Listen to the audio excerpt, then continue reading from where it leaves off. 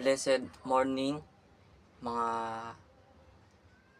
lingkod ng Diyos o mga makikinig at manonood ng YouTube channel ko at panibagong upload sa YouTube channel ko. Ako pala si Brother Nolly, isa sa lingkod ng Diyos. So, hindi ko kinakaya ang pagiging lingkod ko ng Diyos. Dahil ang simbolo ng lingkod ng Diyos ay ang Diyos. Bakit tayo naging lingkod? Dahil sa Diyos. Wala naman ibang purpose kung bakit tayo naglilingkod kundi sa Diyos. Hindi purpose natin ay ang tao. Ang purpose natin ay ang Diyos.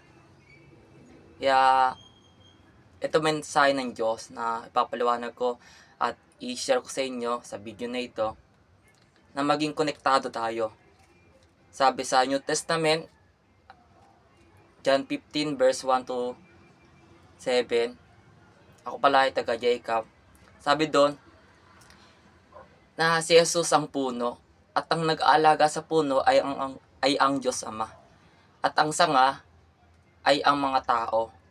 Ibig sabihin, si Jesus ang puno. Na the more ang puno ay di makita ng maganda sa puno na yon. Kunyari, yung puno na yon ay yung sanga niya ay nabubulok or walang pagbubunga. Yung puno na yon ay puputulan siya ng sanga. Kasi yung sanga ng puno ay hindi namumunga o lumalago. Nabubulok siya. Ganoon din tayo. Ang sanga ay ang tao at ang puno si Jesus. Paano siya naging puno? Dahil siya ay mismo pinadala ng Diyos Ama sa atin. Para tayo ay mailigtas ng Diyos Ama. Na ayaw ng Diyos Ama na mga sumusunod sa anak niya kay Jesus ay walang nakitang bunga. Dahil tayo ang sanga. Ang isang sanga kapag namunga yan ay sulit naman. Nagiging maayos at magandang resulta. Nais ng Diyos na maging magandang resulta ng paglilingkod natin. Nandun yung naglilingkod tayo, si Jesus ay pinaglilingkuran natin at di natin siya hinintuan sa kada paglilingkod natin sa Kanya. Umaasa tayo sa anak niya na sa mamagitan ni Jesus na pinadala ng Diyos Ama ay hindi tayo pababayaan. Kasi totoo naman, si Jesus ay nagpakita ng good example na illustrate sa puno sa topic natin ngayon. Dahil ang puno ay mahalaga to sa buhay natin. The more na di tayo konektado sa puno, sa spiritual, sino yun yung puno? Illustrate yung puno. Si Jesus ang puno. The more wala kang puno sa buhay mo, wala kang puno na pinaglilingkuran, paano makikilala ang nag-aalaga sa puno? Ba? So, kailangan natin maging konektado sa puno. Nang sa gayon, mamunga tayong mga sanga, tayong mga tao. Natitukoy na sanga doon. Na illustrate lang. At ang nag-aalaga sa puno ay ang Diyos Ama. So, iniingatan niya ang anak niya na si Jesus. Sa papaanong paraan is nandun yung gabay ng Diyos Ama sa anak niya. Kahit Diyos, si Jesus, nasa langit na si Jesus, andun yung binibilihan siya ng Diyos Ama niya sa langit na ang tao ay bigyan mo ng pag-asa, anak na Jesus, para di ko sila maparusahan at maging konektado sila sa akin sa pamagitan mo, aking anak na Jesus, para ang tao ay mamunga. Ano ibig sabihin ng mamunga o magkaroon ng bunga? Is yung may pagbabago. At yung pagbabago na yon, ito yung magagamit mo panghabang buhay. Hindi ito maikukumpara ng mundong ito. Yung pagbabago o bunga mo na binigay ng anak sa'yo. Kaya the more na nakitaan tayo ng bunga, isa na rin dyan yung bunga is yung hindi kinakalimutan ng Diyos. Kasi dumating ang Diyos sa buhay mo na si Jesus para bigyan ka ng bunga. At yung bunga na yun ng sinabi ko ay ang pagbabago. Isa na rin dyan di kalimutan ng Diyos.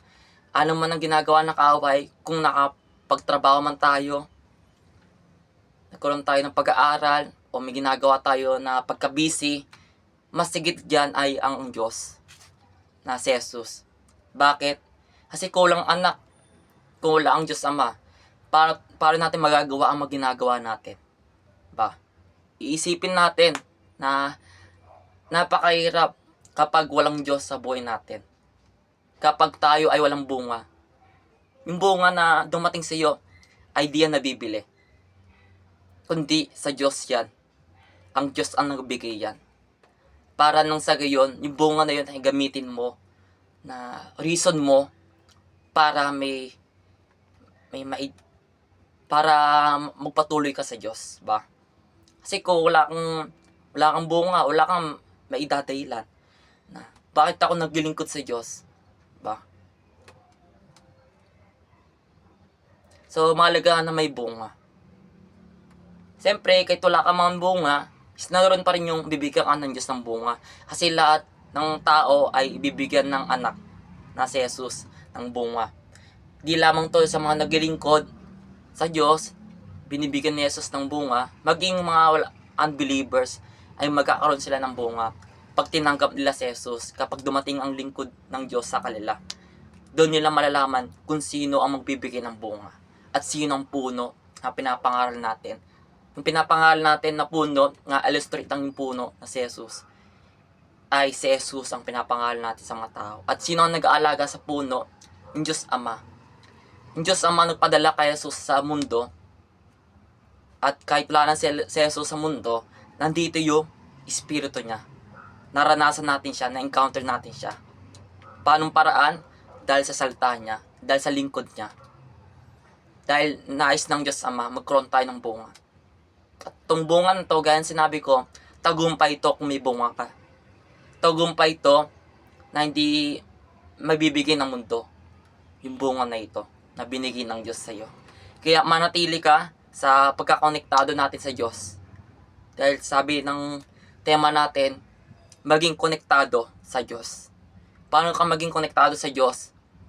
Magkaroon ka ng bunga. At di lamang magkaroon ng bunga, kundi manatili ka sa Diyos. Kung anong nasimulan mo, kung wala ka pa anong nasisimulan, unahin mo ang Diyos. Put God first also. Ba? Huwag mong kaligtaan, huwag natin kalimutan ang Diyos na dumating sa buhay natin, na may plano siya sa atin. At yung bunga niya, ay gaya ng sinasabi ko, ay libre ito, binibigay ng Diyos. Kaya maging libre tayo, ilaan natin yung oras natin na free time natin para sa Diyos. Para unahin natin siya. Mas magandang inuuna ang Diyos, mas maganda nang inuuna ang puno, dahil sa mga ginagawa mo kapag inuuna mo ang puno, na illustrate lang yung puno na yon, na si Jesus yon, ay uunahin ka ng Diyos sa pag-aral mo, sa trabaho mo, at sa mga ginagawa mo.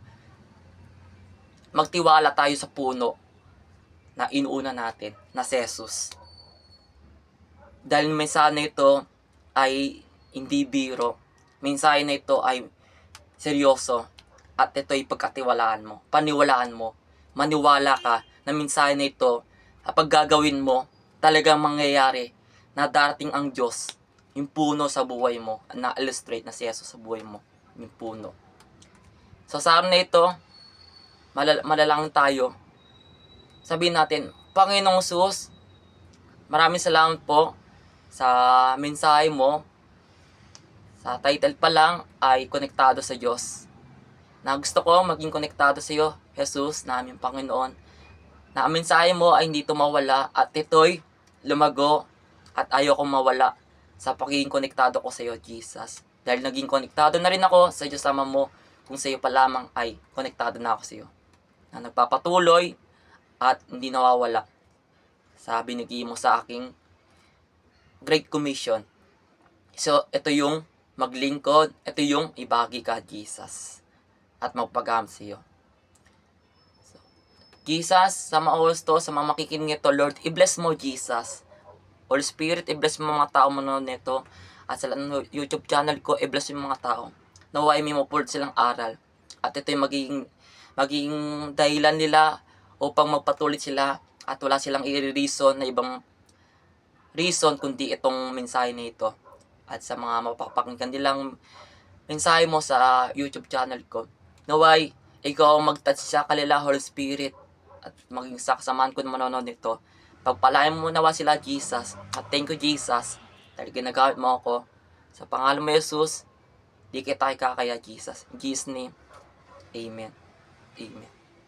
Thank you, and God bless mga kapanalig, mga servant of God, at mga mahal ng Diyos. Thank you.